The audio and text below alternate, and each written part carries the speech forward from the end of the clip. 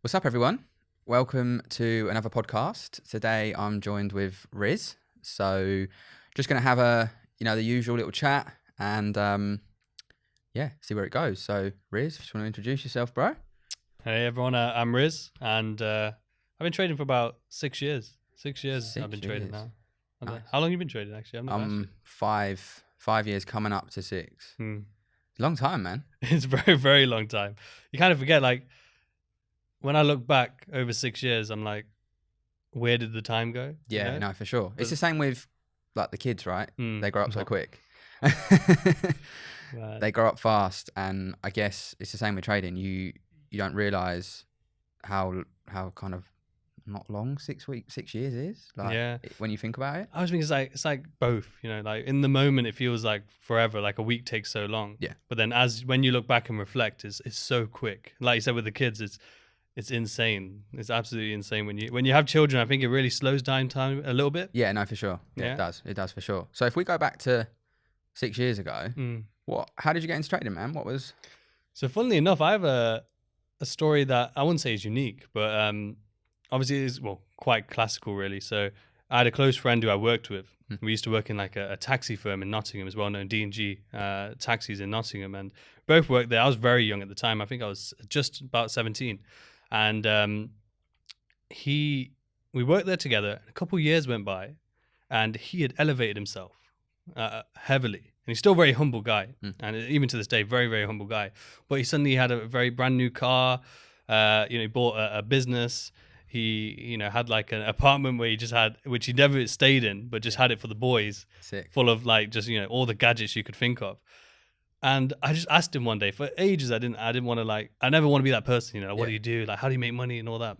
But I just had to ask him, because we had started here, and over like 2-3 years, he had gone to here. Mm-hmm. So I thought, I just got to ask him. So I asked him, I said, what do you do? And he goes, I trade Forex. Okay. And honestly, it was gibberish to me at the time. It's funny looking back, but it was gibberish. I was like, what's that? I was like, well, what is Forex? He goes, I trade currencies and commodities, gold, silver, pound. And when I heard that, it literally sparked interest. I was like, wow, that sounds so interesting. And I want to look into it. Yeah. And by this point, you can imagine all of his friends were asking him because of all these, this lifestyle increase. So he said to me, go look at Baby Pips. I was like, okay, cool. Went on Baby Pips, and I won't lie, I did go through it. I didn't go through the whole thing. It is actually quite extensive, but I was just stuck on all the terminology because I didn't understand a lot of the terminology. So I came back to him and said, I'm very interested, but I want to learn. And he had actually learned from this quite well-known company at the time. They were probably one of the few who were available at that time as well. And I ended up going and doing their course. It was quite a lot. I think it was like 2,500 for like a 3-day course, yeah. Mm-hmm. And that was the start of my journey. And from there, I was quite lazy in the beginning. I thought I didn't really do much time learning. I just kind of tried to jump straight into trading a $1,000 account. Yeah. And I remember, I think it was around the time when Brexit happened, when the vote happened. Oh, yeah. And so I knew that we were going to vote for Brexit. I just had this feeling. I just knew the sentiment was like, we're voting for Brexit. That must be bad for pound. So I put a short trade on, and I made like £500-600. In like my first day or two. I was like, amazing. And completed it. Yeah, completed it. And then game over like 2-3 days later, as you can imagine. So that was like basically the start of where I got started from. And from there, it was probably about 2-3 years of just heavy losses and lessons and, maybe little gaps of lack of motivation and then motivation again. But it was around that 3.5 years it took me to really get through that stage of the journey. Sick, man. It's a very similar to me. I remember, I think my first trade was probably silver. No idea why. That's a unique one. Put a trade on silver, and I think I made like 400 or 500 quid. And I was like, babe, we're gonna be rich. Got this. And yeah, I got humbled. But it definitely sparked the interest. And I don't know what it was with trading, but I'm guessing you had the same. A lot of my friends were like, it's a load of shit, it's rubbish. And I was like, no, there's definitely something here. Obviously I went through all the signals and all the rubbish, unfortunately, but it built me and made me more aware, and I can obviously, hopefully make others aware. But I never kind of gave up on it. I knew there was always something there. Did you have a similar kind of inkling where you thought there's definitely something? Did you go through any patches where you thought it's not for me, or? I did have similar. I was lucky in the sense I had my friend who had done it successfully. So I had a use case, and I had like a case study, Yeah. So I had a case study to back it up with someone I actually knew. Yeah. And he doesn't do social media. So, like I said, very humble person. So it's like there was no marketing behind it. There's no reason for him to hide. Plus I saw the business growth, from using profits. So I was quite lucky in that sense, but I did have slips in my motivation and belief. And it was normally not down to trading, like trading doesn't work. It was more like, am I cut out to be a trader? Okay. Am I going to make the changes? Am I able to step away from the gambling and actually become a trader? So it's like, that was really the thought process of what helped me change, and I actually see the change, because it was at the probably not I wouldn't say the lowest moment, but I remember two significant moments in the journey were when I got married. I literally just got married, and on my honeymoon, I loaded up 5K. And that was meant to be like, this is a start of my consistent journey. And the funny thing is, I was on my honeymoon. I was traveling different countries. So I think I started trading it when I was in Canada. Okay. And so I'm back in time. And to be fair to American and Canada, it's quite hard to trade in really those. You only really get New York properly unless you're on a really difficult sleep schedule. So I did Canada, and I was trading in New York, and I did quite well. I was making, the risk management. There wasn't really risk management as such, in sense of like I have 1% risk. It was more like a lot size as a risk management. And at the time, I was trading all the pairs, doing cross correlation. I had the classic, sort of Fibonacci and trend line sort of a strategy. No focus on like structure or anything like that. And then eventually, I kept withdrawing like 1-2K here and there, kept putting it back in sometimes as well. And then there was just one trade, Euro AUD. And it was the one rule that I had as my golden rule, always have a stop loss. On this trade, everyone was saying it was short. Everyone was saying short. That should have been my indication that it's not going to go short. Yeah. But I was like, everyone's short. And here's the fib, here's this. Took my stop loss off. And then in one single trade, the whole thing gone. So that was a huge moment for me, because I just got married. I didn't have any other backing in sense of like cash buffers or a job or anything. So I was just literally just got married, had this account, just found out I was going to have a baby soon as well. Okay. Lost that account. I remember for about a good 3-4 days, I was really down. Yeah. And I've never journaled in the sense of like collecting the data until, much further on. But I used to journal in like an actual diary for trading, So I used to note down like, today I woke up at this time, I felt good, I did the gym, I'm looking at this pair, or this trade's running, that sort of thing. And I remember it's still in my journal actually at home. I remember writing like 2 pages of just, you've done this. Yeah. And you broke this rule. And if you're going to continue trading, you need to change. Okay. So then the second time happened, and this was a year or year and a half later. I remember I took money that I needed for rent. Yeah. And I was like, this trade is guaranteed. I just put this rent money in quick. I'll flip the account. I'll take the money out. Standard. I blew that account. And that's when the real change happened. That's when that thought process happened of if I'm going to change or not. Yeah. Either I have to stop trading. It doesn't matter if it's been 3-4 years or I've lost 40-50K by now. Yeah. I either have to stop trading or I have to change. And it was because I had to have a conversation, obviously, with my wife. Like, listen, babe, the rent money... It's gone. The rent money's gone. And it was along them lines, like, because of that conversation, and then the conversation I had with my mum, who's always been like sort of like a mentor, I love that. like a life mentor. And I had a conversation both with my wife and my mum, and I've always had this thought process, especially as guys, is like women are always going to be the sort of how to use the right word, like the foundation, like a grounding force in your life. And it's a principle I took from Think and Grow Rich as well. And so I've always sort of tried to listen and be more aware of that advice. And the advice I got was, as a trader, you're like a farmer. You're planting seeds. You're doing all this work for the growth that comes later. Love that. And same with like when the fruit does come, or the vegetables grow, whatever it may be. If you just harvest it all, you're gonna have nothing left over for the next, next few seasons. So that analogy really hit home, and I just had to make a choice of, either I'm going to stop being a gambler, use actual discipline, use an actual plan, all the little things that you hear about, but actually making the intention to make the change. And it was like an ultimatum, if you will, I gave myself. So because of that is why I've gotten to where I am now. And because of that, and it was a low moment. Obviously, it was very humiliating as like the breadwinner and the man of the house, if you will, to come to your spouse and be like, especially when you got I think my daughter wasn't even 1 yet maybe, and to say, listen, I've made such a schoolboy error. Yeah. And something really, as someone who's been trading for roughly 3 years, I should know by now.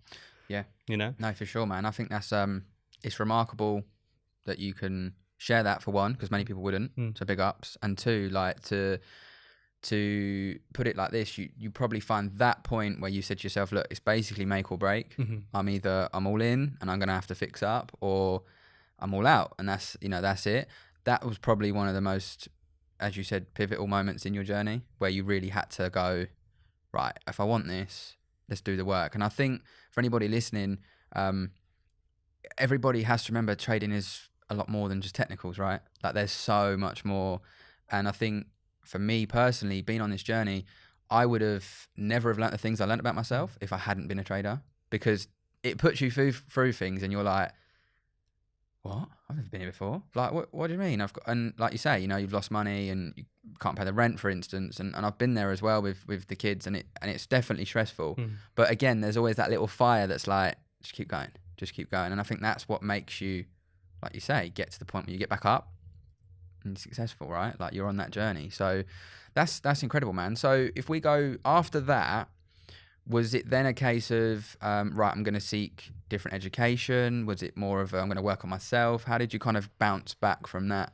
It was a mixture of the two, because up until that moment, though I had a general idea of a plan, and I feel that that's what a lot of people do, is they have a general idea of, this is what I'm going to trade like, They might have a specific pair, they might have a specific time frame, but when it comes to the actual like execution or risk or these sort of things, it's like a general idea, and that just doesn't work. No. So it was kind of a mixture of both. I did seek out education, more specific education. At that point, I hadn't really like invested in loads of courses. It was kind of, I had done, I'd gone through a couple communities. I say communities, there wasn't really many communities back then. But I'd gone through different educators, but they were all very similar in style. Yeah. Well, I actually then came across who was my mentor, who made the change. His name's Rit. He has like a very small group. I say very small, but like he's not a marketer. He's not very active. Is it the Currency Lab? Currency Lab, that's the one. Yeah. I know Rit. So Rit's an amazing guy, and literally the reason I came across him was because I traded GBP NZD back then. Okay. And not many people trade that pair. Yeah, interesting. But he did. Okay, right? nice. So, and he was absolutely smashing it. And again, he doesn't do any marketing or anything. It was literally just, I could see his trades, nice and clean, consistently doing well on GBP NZD, a very wild pair.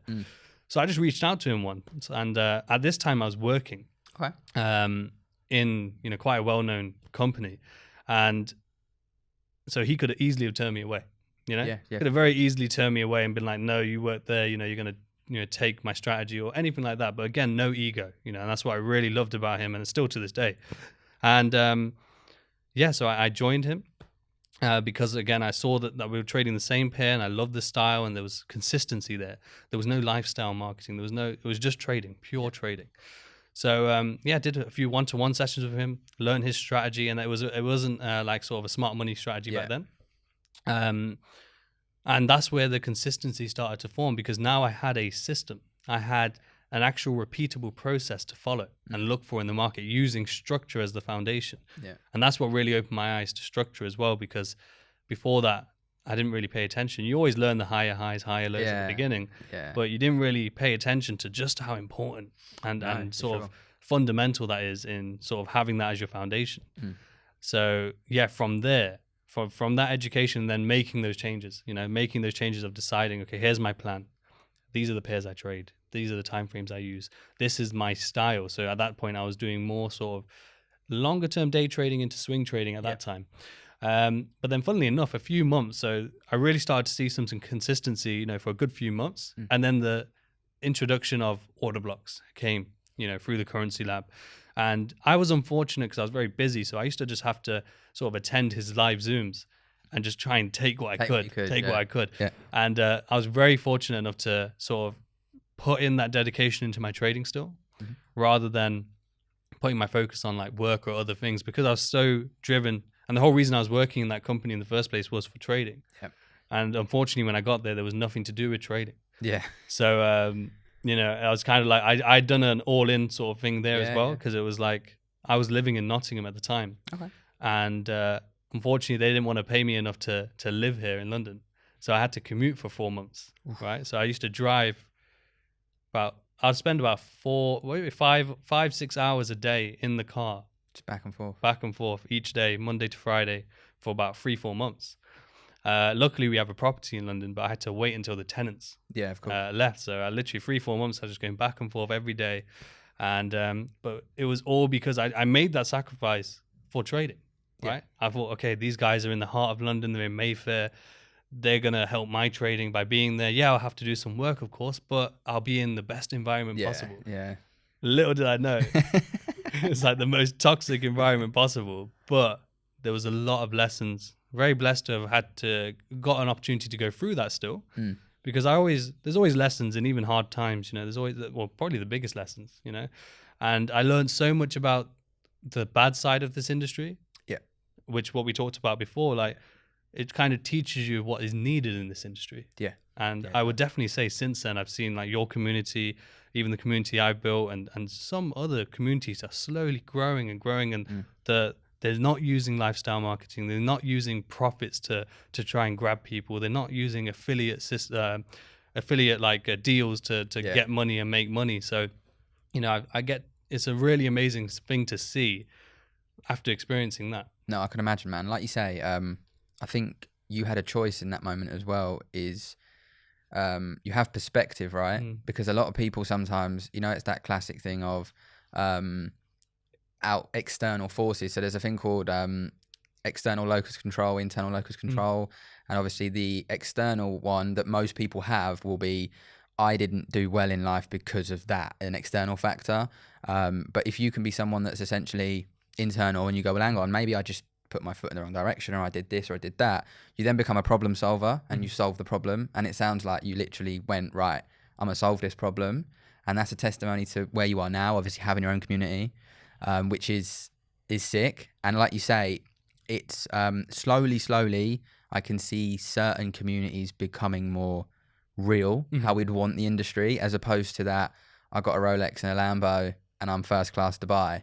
Because like you say, lifestyle marketing, it may work, but it's not realistic. And I think the biggest thing especially for the podcast, is to get that across to people. Like when I started treating trading like a business and actually had a plan, everything started falling into place. But when I treated it like I'm going to be rich, nothing worked. It just didn't. Did you have a similar kind of thing where, I suppose, like you say, because you had your friend who was successful, I'm guessing he wasn't too flaunty with what he had? No, he wasn't. Like I said, he's very humble. Like, he had nice things. Even to this day, he still has nice things. But he's very much similar to, I think, you know, what we're like, where it's like, we're not motivated by nice things. You know, we might enjoy, like, if we like having a car. So he's always, I would imagine he likes cars. Right? But even then, he's never got like a Lambo or anything. He's had like M4, C63, but he's not doing it because he's trying to achieve anything from that. You know, he just likes the car, right? Yeah, that's it. And it's similar with myself. Like, when I was younger, like when I started trading, I liked cars. But at this point, especially living in London, I hate driving. Yeah, I'm not surprised, mate. Like, no way. Especially after that commute as well. Like, I just hate driving. Like, even when I was out in Dubai and I want to move there, but even there, I would absolutely hate driving. It's just absolutely wild. So like, me getting a car or Rolex or any of those things, they're not motivational factors for me. I get you. And luckily, it's because of things like, you know, even getting married or having a kid and these very grounding things. I've never really been big into, like, you know, material things anyway. But those things did help to ground me and understand, like, what is truly important, you know, that everlasting wealth. And one big thing that I'm always sort of keeping in mind is legacy. So, like, for me, the reason, like, I've always been big about legacy, even like when I was a teenager, which is a bit strange normally for someone so young to think about. But it all boils down to, like, I lost my dad when I was a kid. I think when he was like, when I was 5 years old. And it just taught me a valuable lesson, because, like, even to this day, if I come across people who knew him, and even like it's a weird thing because like because I was so young, and I apparently because of like the trauma, you kind of black out certain memories to protect yourself, which I didn't even realize. But I don't remember like the sound of his voice or any of these other things. But when other people talk to me about him, even to this day, and we're talking over 20 years now, they'll still say how good of a person and character he was. All right. So like that growing up, hearing these things about someone who's passed away so long ago, it wasn't famous, was an immigrant from Pakistan who was just trying to do well for his family. But yet the everlasting impressions that people still remember, because he used to own a corner shop, still remember his name. Still remember, things along them lines and his character and traits, even 20 years on, who weren't related to him, weren't even necessarily friends, but were just customers, for example. That really taught me about legacy. And that kind of cemented the material things that don't matter. Kind of cemented that idea of like, you don't need these things, because at the end of the day, what's going to matter is what you did. Yeah, for sure. What I you agree, left man. in terms of thoughts and sort of the feeling that you've left with people. No, I love that. Gone. I love that. Big respects, man, because I lost my dad as well. I was around 8, so a little bit older, but I can relate to a lot of the things you said where, originally from Birmingham, so I would go up to Birmingham, and I'll see family, and they'll always go, your dad was this, and it definitely makes you think.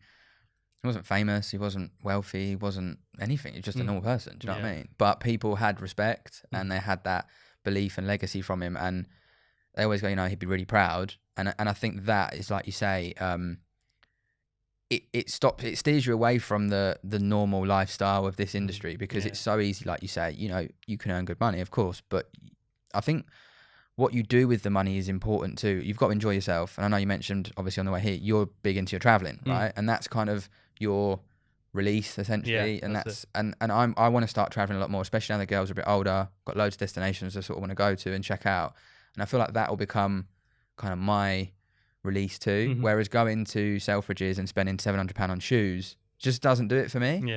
And again, if anyone listening, if you do like watches and nice cars, like we said at the beginning, that's fine. But if you're using it to market, I don't rate that.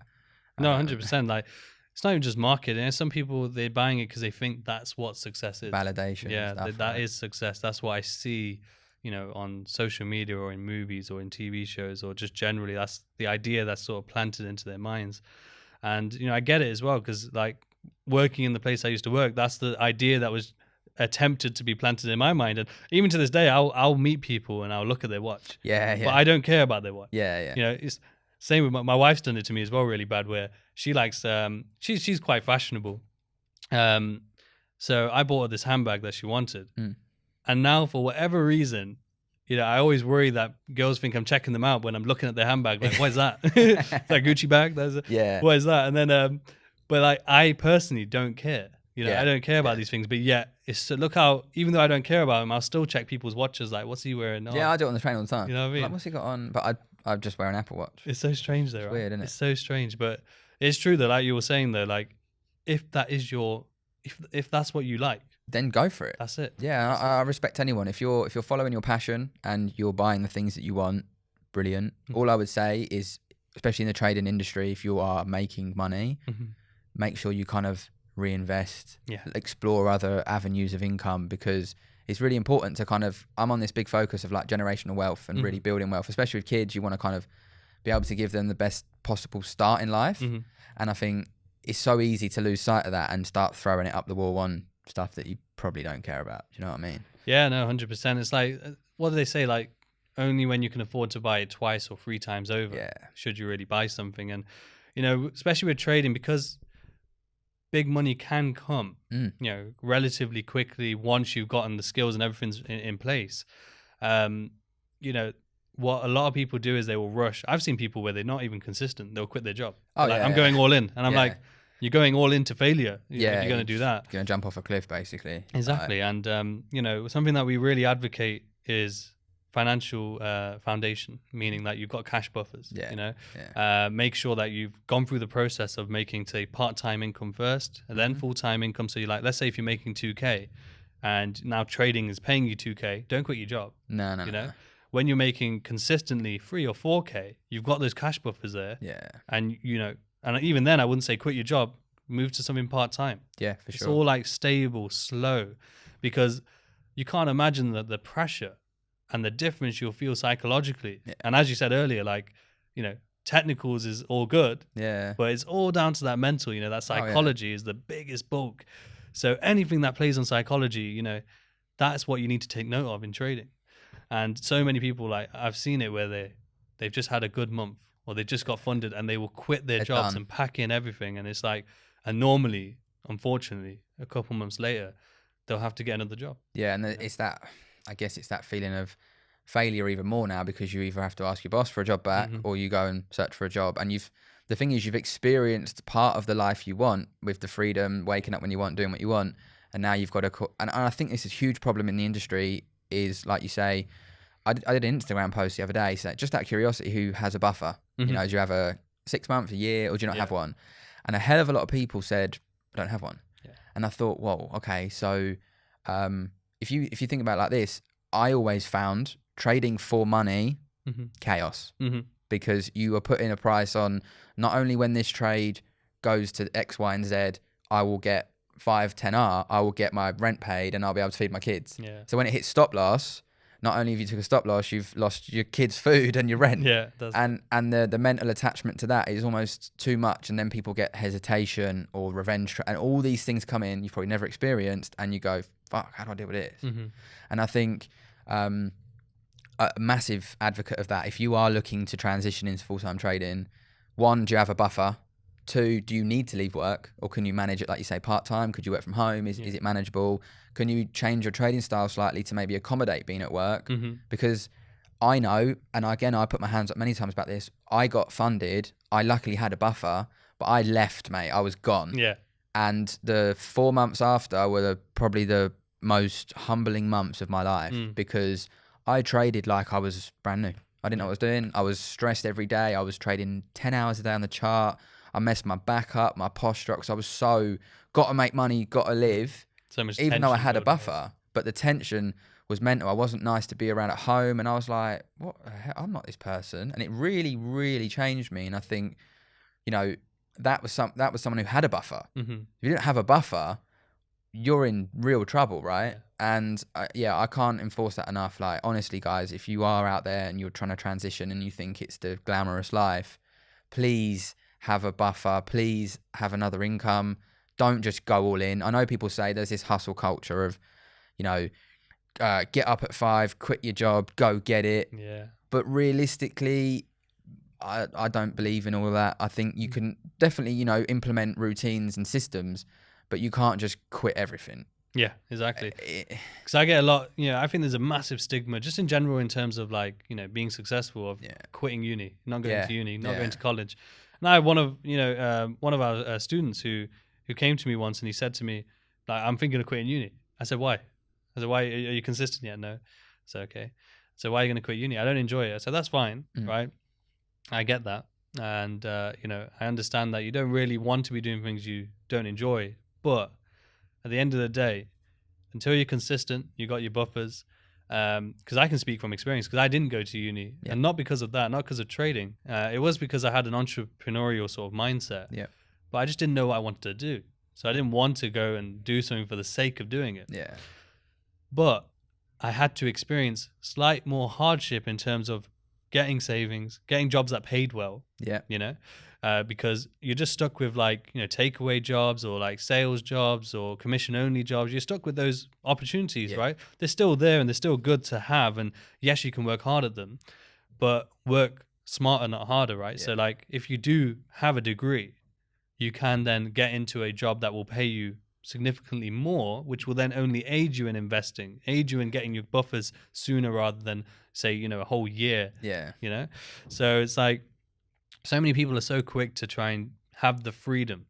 And what I normally relate it to is self-harm. I say, like, what you're doing essentially is you're self-harming financially and through your actions, you know, by just being in such a rush to live the glamorous Instagram lifestyle of, you know, because even as traders, think about it, like, you know, we trade to have freedom, but freedom doesn't look like you said, like getting up whenever you want, right? As traders, we get up at a specific time, like a job, like a business requires. I always relate trading to anything else. Anyone, if you want to be hyper successful, just successful as a whole, it's the small percentage you do it. Yeah. And what do those small percentage of people have? Whether it's a successful podcast, successful business, whether they're a professional F1 driver or a professional basketball player, they all have successful habits, routines, structure to their days still. So like, even if you have freedom and you're a full-time trader, what it means is you have the freedom to choose if today is a business day or a free day, you know? Yeah.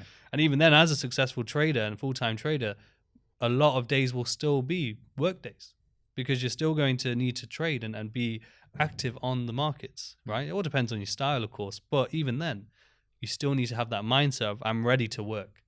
When you know you don't need to work, cool, that's my day off, you know? Yeah, I love that analogy because that's very powerful, because a lot of people, I guess, assume trading is wake up in your boxers, make a load of money, go back to bed. And it's not. It's really not. I've tried it. Yeah, it's, you know, I mean, I tried the lazier life, and it affected many other areas of my life, you know, being a dad, being a partner. I try to make sure that the kids see that, you know, I'm trying to educate them more. Not that I say the school system isn't great, but I feel there's a lot of things that when I left school, I didn't get taught about until I had to experience them in life. So I try, and when the girls ask something, I try and explain it to them and give them that. If I was just a dad who just sat on bed all day or played games, they'd be like, oh, my daddy's just a gamer, I want, you know. So I think you're right in the sense of you have to have a system in place. I have quite a strict routine. I'm very spontaneous around that, but there'll be days where I go like today, for instance, I'm not going to trade. I'm just going to do this, chill out. But there'll be days where I'm like, right, I'm in the zone, trading, business stuff, whatever. And I think not enough people have that either. But also it's important to make your own routine, because I shared my routine recently and a lot of people copy it. And it's not, it goes back to, like you said before, about trade plans. I put my trade plan out there before, and I know loads of people have got it, but they probably can't execute it how I do because they don't understand it. And it's the same in my routine. They might not want to do yoga at 7:30. Yeah. They might not have to take the kids to school. And I think, again, it's, as a collective in trading, you need to be independent as well, right? You need to have your own independent rules, routines, and that also ties into trading. So I want to kind of pivot a little bit here and just sort of go, how have you found, and what kind of made you want to get into like the education space with obviously Viper and stuff? How did you go, right, it's time to want to teach people? So funnily enough, with me going into teaching, I never had the mindset of doing it. Okay. I never had the motivational drive or even thought process of doing it, which is really weird because I really enjoy it, right? But as I mentioned, I started off like by teaching. My journey of teaching wasn't like a choice, if that makes sense. My journey into teaching came from working in one of these in the industry, one of the industry's well-known names, called Astro FX, and they were based in Mayfair. And when I got there, again, you know, this is the story I was talking about earlier. I went there for trading, right? I knew that my job role wasn't to trade, but I knew that I was there to be around who I thought at the time, who I looked up to, and who I at the time thought were, you know, some of the best traders. Obviously, I learned a lot about the industry there. I learned a lot about how, you know, how good marketing really is, because it worked on me, and I saw it worked on thousands of others. And you know, I was blessed to be there, to be able to speak to people all over the world, speak to people from all different backgrounds, all different age groups, all different, you know, circumstances. And I just saw how badly treated people get, you know, in terms of when people use this lifestyle marketing technique, just how little care there is for the individuals who are financing that lifestyle. And for me, it's like, as I always said, like, because my mindset's always legacy, even being there in that scenario, I always went out my way to make sure, because my whole mindset going there as well, because I was a student originally before I went there, my whole mindset was, I'm going to go and provide what I didn't have as a student. So that was my whole mindset. Okay, I'm going to go and, you know, give the feedback when people want feedback, go and help people when they need the help, you know, so you're not just another number, you know, who's added to the student list, if you will.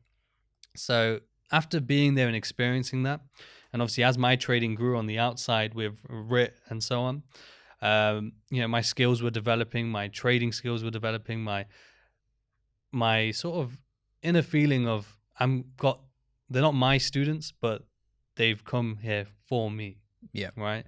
So I felt a responsibility, and just as I said, I enjoy it. You know, I said it. I think it was on my post yesterday on Instagram. Like, there's no greater feeling, in my opinion, of, you know, in life in terms of helping another person. It could be your spouse, it could be your friend, but especially if it's someone who, you know, is a relationship as a student or just what you could consider a stranger. Of having your direct actions, whether it be, you know, even just this podcast, for example, or you know, actual teaching on the charts, seeing the direct impact that has on their life, on their thought processes, on their, sometimes their health. So like I do something called the Viper Monk mode, which is just everything outside of trading that's needed to be hyper successful. So like, you know, like routines and health and mindset, all those sort of things. And to just see the changes, like we had a meetup in Dubai recently where I had seen some of these guys last year, and they've come to the meetup in Dubai and they've lost so much weight. Their energy is so much better. They're so much happier. And beyond trading, even that is way more a better feeling for me, even to see that. So when it came to teaching, it was more, I felt a responsibility. You know, I'd seen the dark space of this industry. I'd seen how bad it can be. And I just felt sort of responsibility to help create change. And I know we spoke about this outside in terms of, you know, one person can't really change a whole industry, but one person at a time really can. And as I said, over this last 12 to 18 months, I've seen, similar to yourself, myself, Rit's always been there, and a few others who are slowly growing, using the right techniques, doing the right things, having genuine intention, which is very rare nowadays. You know, slowly increasing it, and that's what we need. You know, that's what we really need, because these sort of conversations where we're actually talking about the losses, the hardships, what it actually took, rather than, oh my God, you know, I used to have a Corsa, now I have a Lamborghini. Yeah. You know, it's like cool story. Yeah. But you know, how did you actually get the Lamborghini? Yeah, right? that's the thing I think there's not enough of, which is the point in these kind of convos, because I get it a lot in the community. Some people say, oh, you know, do you take losses? Like, yeah, like we take loads, and we've got to a point now where we actually leave them on our chart because it benefits people. At the beginning, we didn't, because we thought perhaps, you know, no one wants to see that, but we don't realize how much of an impact it has where people go, oh, I took the same loss as you, I'm all right, I'm human. Do you know what I mean? Because I think when you're in this space, I don't always like the term mentor, but I guess we are mentoring people. You'll get people that will look up to you. So for them to see that maybe they had the same thought process as you, even if it was a loss, you don't realize how much sense of happiness that gives them, because they're getting to that point. And I think, like you say, having the community, I was the same. I felt a responsibility because myself had been scammed and I'd seen the dark space too. And I knew there was always something, and there is something here, and you can make a living from it. You just have to go through a journey. And like everybody says, it isn't just a straight road. It is going to have ups and downs. And even to this day, I will still have battles and challenges, as I'm sure yourself will, where you'll get some days where you're just like, oh, it's not, you know, I'm not feeling it. But then that's about who you surround yourself with that can kind of help you, you know, bounce back. And I think having a good community is really helpful as well, because if you've got like-minded people around you, like you say, just being around that will inspire you to go, all right, I'm going to get myself up today. You know, we can do this. So yeah, like I really agree with that, man. I think one thing I want to pivot on, because it seems something that's this industry's kind of hit around a lot, and I just want to get your kind of views on it. The beautiful thing of funding, because it seems to be now the be all and end all of trading. You know, like, are you funded or not? And obviously I've had a big chat about this many times, but I want to kind of get your view on like any advice you would give people looking to become funded. What's your kind of take and experience with funding, man? So with funding, funnily enough, I have a lot of knowledge in terms of like sort of the background of funding, because at Astro they did a funding program. And that's where I learned about just how easy it is for people to fake funded accounts, and you know, how many people are drawn into funding, even when it was like, if we compare two offers, so like there it was a huge amount, you know, 5-10K for a funded account or more. Well, you got FTMO on this side where it's, you know, a couple $100, £100. I think max is something like 900 or 1,000 now for their biggest account. Bit different criterias, but you could see how much people wanted that and craved that. And I understand it, you know, even from the amount of time we've been trading. When we started, there wasn't an opportunity to be funded, right? And when we started, it was you had to save or get an investor, right? And more than likely, it's going to be the saving route, right? Which could take a long time, and the compound route as well, which could take a long time. So the funding is an amazing opportunity for sure, but we have to remember that these funding companies, no matter how good they are, so I love FTMO. I think they're the king. There's so many now. I've only stuck with them so far. Same. Right? I'm sure there are others that are probably doing well and will replicate or maybe even do better sometimes. Right? That's just innovation. But even with FTMO, I love them. I've never had an issue with them. A lot of my students funded with them, and never had any issues as well. But they make their bread and butter from people losing challenges. That's just how it works. And but the beauty is they're not hiding the fact, right? No, they share the statistics. You know exactly the criteria before you sign up. You know how much it costs. You know what the drawdown limits are, the minimum trading days, what they're looking for essentially. So you know everything. They're very upfront, and that's what you need to, when looking for a funding option. Are they upfront? Are the systems in place? Have they had longevity? Have they had many issues? Right, but the biggest advice I can give people is don't be in a rush to get funded, and don't forget that that's not your end goal. Everyone's end goal, it seems nowadays, is I want to be funded, right? When really it's about I want to be six-figure self-funded. That's the end goal, right? Six-figure or substantial funds self-funded, so it's fully in your control. There's no stress of drawdown limits or a loss limit where I'm going to lose this amount of funding, because even then going full-time on an FTMO, yes, it's possible and it's definitely doable for sure. But you can imagine the stress when you've constantly only got this small window and your whole life now revolves around this funded account. So, my advice always to people is, make sure you've back tested, gotten data, and even maybe live tested on a smaller account of personal, where you've consistently achieved 10% plus within 30 days. Ideally, maybe slightly less than 30 days, because you want to have that breathing room. But as long as you have that plan, you've done that necessary work. What I've found is a lot of people don't do that work. A lot of people, they just, they find a strategy and then they have a good week or two and they jump on a challenge. And it's just not enough. I always try and give like 100 trades as your data point. Like use 100 trades. For some people, that might be just over a month. Some people, that might be 2 months, 3 months, but do the work, right? If trading is what is important to you and that's your end goal, there shouldn't be a time restraint on that, right? And that was, to be fair, when I was in that 3 years of not performing well, that was because I kept putting a time restraint on my success. Like this year's or this 6 months or this 3 months that I'm going to put work in. It's not how it works. Nope. It all boils down to, and something that you said earlier, which is so important to traders' success as a whole, is making it yours, right? So you can learn a strategy like we teach a strategy, you teach a strategy. That's absolutely, and that strategy works, right? And there are going to be a good number of people who learn that strategy directly from you, and they go and they do really well. And what you don't realize is the reason they've done well isn't because they're just copying you. It's because what they've done is they've taken your strategy and they've just made it work for them. And that doesn't mean that they've added something extra. It just means that they've made the routine around it fit for them. So like, as we said, like you might wake up in the morning, you only trade New York, right? Yeah. So like they may only be able to trade London. Exactly. It's the same strategy, but it's just they made it work for them.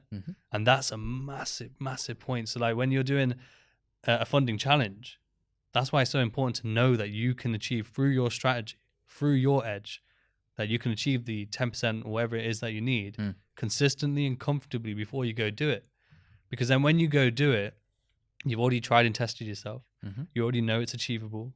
You already know that I don't need to try and hit it in 1 trade, 2 trades, 3 trades. I've seen that if I just play out the 30 days, which on realistically is actually 20 trading days. 20 odd, If you've already seen you can do it. So you go and you do it. And just like as you said, like so many people put their hopes and dreams on a funded account. That is not the end goal. I've been guilty of it before. Same. I used to think that once I'm max funded with FTMO, my life's sorted. Chilling, yeah. But it's taking a large step. And I actually watched a bit of the podcast with yourself and Sketchy. What's I don't know. Is it Sam?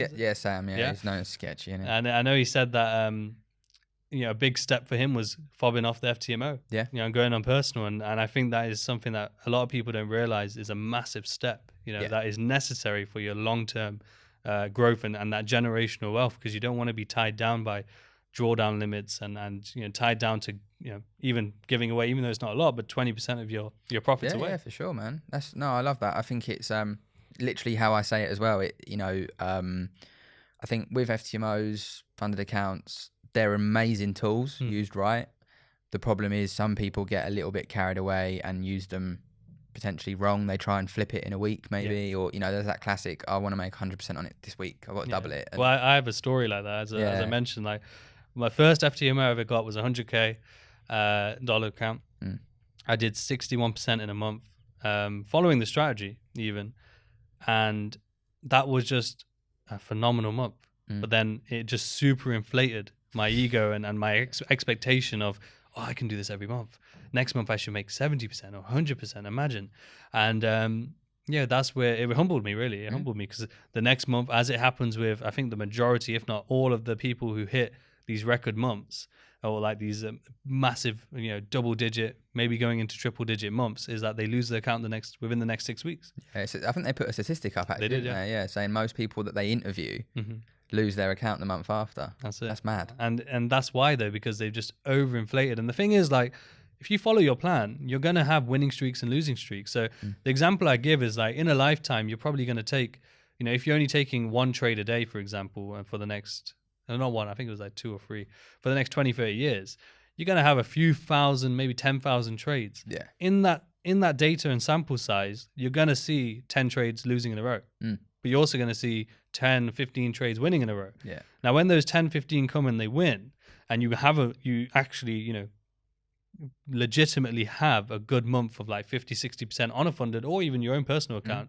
if you allow that to then inflate because you think, okay, that's going to happen all the time, it's just classic trading, isn't it? If you assume this is me now, that's it.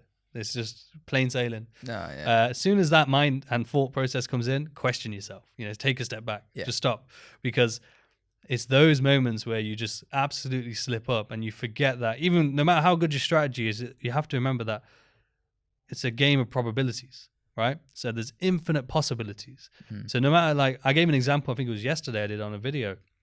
I said that, look, if you have a particular setup, a certain pattern that you see and use that as an entry drill, even if you see that same exact setup 10 times, right? You could lose 6 out of 10, right? That same setup. Because in this realm that we're in, all it takes is one participant not to be available in that particular setup that time that gave the volume, for example, and suddenly it's out of balance. It's not the same. However, it's important to remember the reason we use, luckily with our strategy, it's a high risk to reward strategy. So if you use 1 to 5 as an example, you've lost 6 times, 6%, but you've gained 20%, on the 4 wins. That's what you focus on. You don't focus on, okay, look, I've smashed 4 trades on this same pattern. That means this pattern's the golden key. This pattern's going to work every time. Yeah. So it's like, it's kind of just not letting yourself get carried away most of the time. Yeah, it's like you say, it's very easily done. I've done the same. You spend the money, you think max funding, making 20K a month, for instance, on a 10% making that. You're like, yeah, 20K a month, babe, chilling, moving to Dubai tomorrow. Like you just start planning it. And again, you haven't even made it yet. Yeah. And it hasn't happened. And the expectation can ruin you, right? And I think touching on that, like you said about the 5R thing and obviously the ratio, I did a video a long time ago on a coin flip, and I basically said every time it landed on heads, it was 5R and tails was, and I used that as an example when I was struggling to try and stick to a probability, and I left a coin on my desk and I flipped it, and I never experienced actually losing. It was always like, even on a bad month, you still were 15% up because of the way it worked. And I know someone got really mathematician on me and was like, the way you've done it doesn't make enough sense in the squared root of this, but whatever. It was an example, right? Like, but it was a very powerful task because it showed me that if you could follow that process, like you say, over and over, you'll be consistent. The biggest problem in this game, and especially in the smart money realm, if we're going to call it that, is because there's so many opportunities, the trades are coming all the time, and there's always someone new saying they've got some new source or there's something new going on.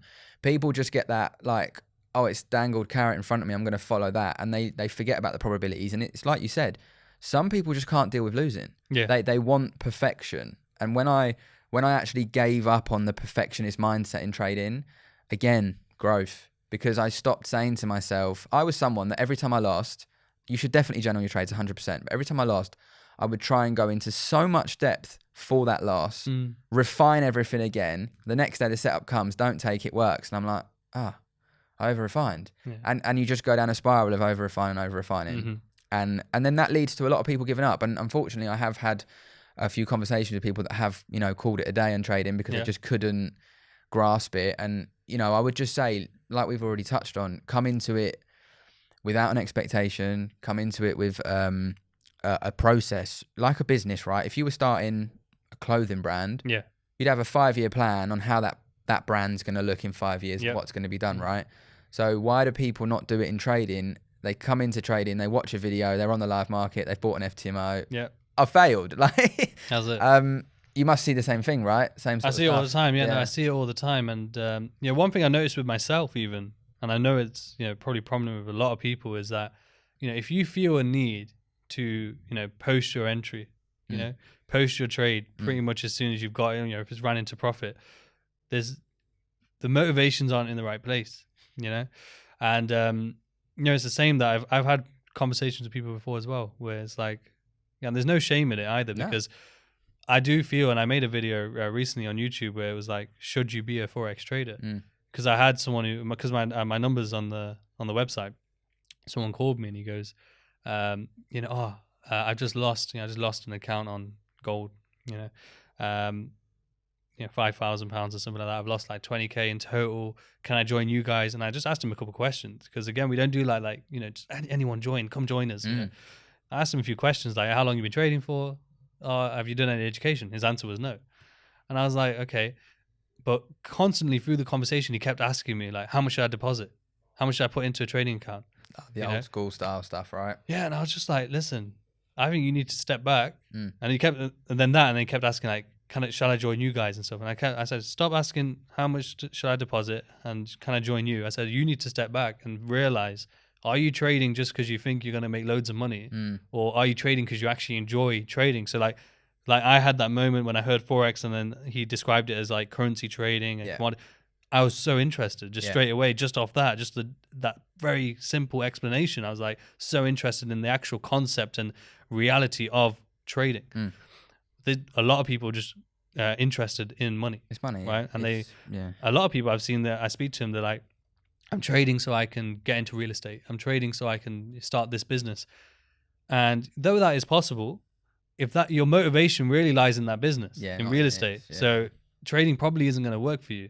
So, you know, it's a harsh reality, and, you know, we obviously have this stigma of, you know, don't give up and all that. But at the end of the day, if it's not your passion and you're not doing it for the right reason, you really do need to question, like, because, you know, it's essentially gambling then. There's probably a lot of people who actually have a gambling addiction, but the front of it is trading.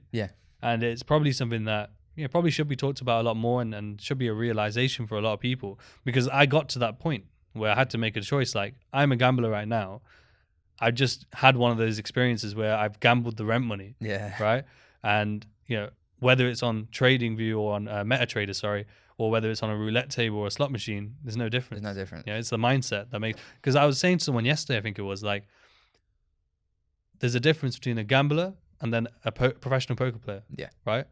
Like, if I went and did poker, I wouldn't know what I'm doing, so I'm just gambling. But if I'm sitting there against, you know, a world-renowned poker player, he's not gambling. He's got a technique. He's got a plan. You know, like you said, like having that 5-year plan. Even in those realms, in the gambling realm, they have plans. They have systems in place. So why are we any different? That's it. And it does all boil down to, obviously, the mindset, the actual discipline, how strong is your why, you know, the classic cliche stuff. But there's a reason why it's cliche, you know. I mean, there's a reason why everyone talks about it in all forms of, not just trading, but just all forms of success. It's because they're not easy to do, right? It's the hard things. And the truth is, like, if trading was easy, everyone would do it and it would lose its appeal. Right. We would want to be something else. There would probably be something else that we would want to be. And, one question I do get, and I would imagine you probably get it quite a lot, is like smart money concepts. Like, you know, is that the new retail, or is that going to go away sometime? Yeah. But the thing is, look at it from the perspective of, say, institutions, or even the brokers, more importantly, is now you've got the average retail trader trading larger lot sizes, right? And trading more frequently. right, and getting stopped out, because they've got such small pips, right? So it's the broker's dream. Oh yeah, it's the broker's dream. So it's not going anywhere.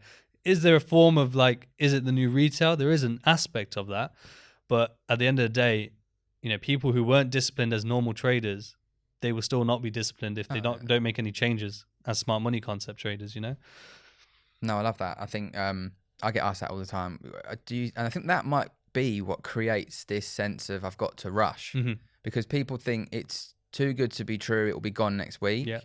And maybe that's why people think like that. But like you say, it's not going anywhere. I still know people that trade support and resistance and triple trend line taps, and they make good money. Do you know what I mean? So I think it's a case of stop worrying about that. Just get the work done. Like get processes in place. Get yourself an education. Get yourself like in a natural zone and ask the questions of why am I doing this? And I know again it is cliche, but I think until you can answer that, you're not going to actually give it enough time, because for us to get good at something, we have to give it time. Like we can't just go, I'm good at this. It's very rare that you just wake up with a talent and you're great. Everybody that's good at something puts in hours and hours of work. And like you said, why is this industry any different? Because look how many people go to uni, maybe don't even pass their degree or drop out, or they pass, but they don't get that job and they end up working a job they don't want. But no one goes, oh, unis are a scam. Yeah. But trading is a scam. And I know there are scammers out there, and I know I've been there, but I think it's slowly taking a turn. And hopefully with things like this, and we just keep plugging this away, people are going to start to listen and actually see the benefit, because it's changed my life. Like trading it's changed my life. It's changed my family's life. I'm actually teaching my missus because she genuinely wants to learn. That's good, man. And I'm looking forward to it, man. So the hard bit's when she's outperforming you. Yeah, do you know what I mean? You're asking for her. Like, babe, can you you help? Imagine that in the community. Like, so we've got a new person coming in. It's my missus. She's a head coach. Yeah, she's head coach. I'm stepping down. But I said to her, you might come into this and find it easier because you can kind of skip the journey that you go on with the bad habits, and because sometimes even the bad habits, they can creep in still. The things that you've learned previously can come in, and I've had to where a lot of bad habits come from as well for a lot of people, probably similar with ourselves, is that you pay a lot of money for bad education, bad community, bad guidance, and then when you're trading, you're thinking about that money. So it happens to so many people, and a lot of people when they get scammed, and especially for large amounts, for example, I've seen it with what happened previously is they paid a lot of money, maybe even their life savings before, and then now they're like, this is my last chance. So they're already in this like sort of this fear-based mindset. So it is very, very difficult to succeed in anything, but especially with trading, to operate from a fear-based mindset. Now, don't get me wrong, I completely understand why that would be the case, but if you don't have that faith-based mindset, if you don't believe in yourself, and believe that you can make it happen, through doing proper actions, but if you don't have that self-belief already, to do anything is going to be near impossible, right? Even like getting out of the bed in the morning, if you believe that you're sad and you don't want to get up, life's not good, that's going to life is kind of going to show you that. Yeah, for sure. And you can see it, like there's little exercises just by being aware, like just being aware and sort of present in moments and sort of recognizing, even when bad things are happening, like recognize where's the lesson. I've done that exercise before, and it kind of helped me to be more present and balanced in, even when I take losses, for example, even now to this day, I'll take a loss and I'll think, and it might not even be trading related, it might be a loss in general life, like a car fine or something. I think, what's the lesson here? A bit unexpected, this car fine. What's the lesson here? The lesson for me directly is like, don't go in that bus lane. No, for don't go in that bus lane. Don't try and rush. Just be patient. Just be patient. But I think a big thing we could talk about though definitely is like, what can people look out for in terms of genuine communities now that we do have some rising up? And I would say like the very easy key points are, if they're lifestyle marketing, it's a run. It's a run. It's an instant block. Lifestyle marketing, profit marketing, they're two major ones that you can instantly just sort of get away from. I would definitely say if they need a sales call, if they have a sales team and need a sales call, it's a big red flag as well.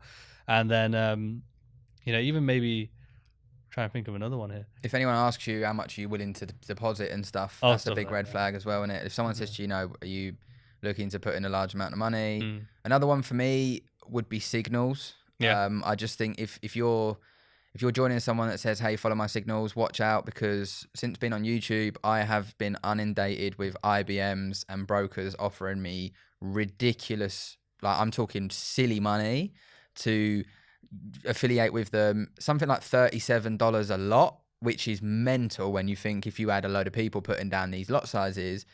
And I just completely straight block, not interested. I got values. But if you have to remember that even if that person's giving you signals and they are rubbish, they're still making money because of the affiliations, right? So that would be a huge one. And I mean, other than that, like you say, I think that having the patience, a lot of people, they rush into a community, especially because of the lifestyle or because of some sort of pressure to do it. I think just like literally taking time to research it, like follow some of the students. That's a big one for me. Like, if you will, like marketing wise for what we do, marketing for me is like, if we're saying we're an educator, the only marketing that matters is how the students are performing. 100%. Right. So really, if the focus isn't on the students, worry. Yeah, no, I agree with that, because when a student will say, someone will put in the community, I've just passed a challenge, or oh my God, I've just left work, or things like that. They're the things you should look out for. If no one can give you that and all they can do is show you a lot size, because I got it a while ago, I kept getting these people saying, you never share anything, you cover your lot size, is probably a demo, 0.01. And I'm like, right, for one, if it was a demo, it'd be like 300 lots or something, because why not? You might as well go all out. Two, why does it matter what I earn? Like, I'm educating people, and I've always been very conscious of putting stuff like that out there. I have a family. I don't want people to know what I earn. And it's not for me. Like, I'm just not into that. But the other day I put a post up. I'd passed another 140k FTMO, and I shared the figures of passing it. It's the most liked post I've ever put up. Oh yeah. Because it's got a monetary value. Oh yeah. And I did it just to see the difference. And I'm talking like nearly 3,000 likes. And I'm like, what? Whereas I can put something up like this, no chance of getting any of that. Oh yeah. Like Dubai was a great example of that. Like, I posted a picture in just an Escalade, so I purposely got, like, I could have rented a Lambo or any of this. I'm not bothered about those things. I got an Escalade because I got a family, and then I got all these different people out there I was picking up and stuff. So I got an Escalade, and even that, if I post a picture of that Escalade with no caption, it will get more likes than any sort of value I try and drop. And it's just, it gets to a point, like, we can talk about, as mentors or as teachers, what does that actually take? And I think a lot of people don't realize it takes so much work, even just to do this, like to travel in, organize this, sit down, film it all, then obviously more importantly the editing that you have to do. That's the real sort of stressful part. But like, even just planning general content or YouTube videos, the amount of time that it takes to plan a YouTube video. We don't, I would imagine you don't use scripts either, right? No. But even then, just to plan the idea, the value, the concept of what you're trying to get across, and then to film it and to put that energy out there, it's hours upon hours upon hours that people do not see and realize that you don't get paid for. Right? But it's part of the job. It's part of the role, and it's part of, obviously, there is a part of enjoyment there, of course, when it's done, the finished product. The finished product. So I enjoy like the creative sort of aspect. That I really enjoy that. But it is a ball ache. Right? Yeah, for it sure. is a massive ball ache. And then when it finally gets dropped, and not that it's not well received, because people do give you feedback, but because it's not your general, oh my God, there wasn't a Lambo in it, or there wasn't some cash in there, or there wasn't some sort of clickbait shit in there. It puts people off. Yeah, it's a shame, man, because like lately I've really ramped up the quality of the YouTube. I'm really enjoying it. I've found like a creative outlet, and I'm like, you know what, this is wicked. But when I'm planning the videos, like, I don't script, but I plan kind of what I want to put in it, and kind of like, I'll make some B-roll for this and some A-roll for that. It takes me a week to get to the filming process, spend hours filming, then a couple of days to edit, to drop it. And sometimes people just will write, when are you going to share technicals? And I'm like, oh my days, like, please watch the video. But yeah, man, I fully agree. I think those things will really help people if they've listened to us waffle to the end of this. I just want to say massive big ups for coming on, man. It's been really appreciate good to it. But massive big up to you. As I said outside, like, it takes a lot for someone in your position, where, especially with myself as well, like, because you got a bigger platform. You have your own education space. You could easily just only handpick certain people. You could only pick maybe just your students, and as I said outside, it's a huge respect and just a real sort of eye opener to what even I can do better at as well.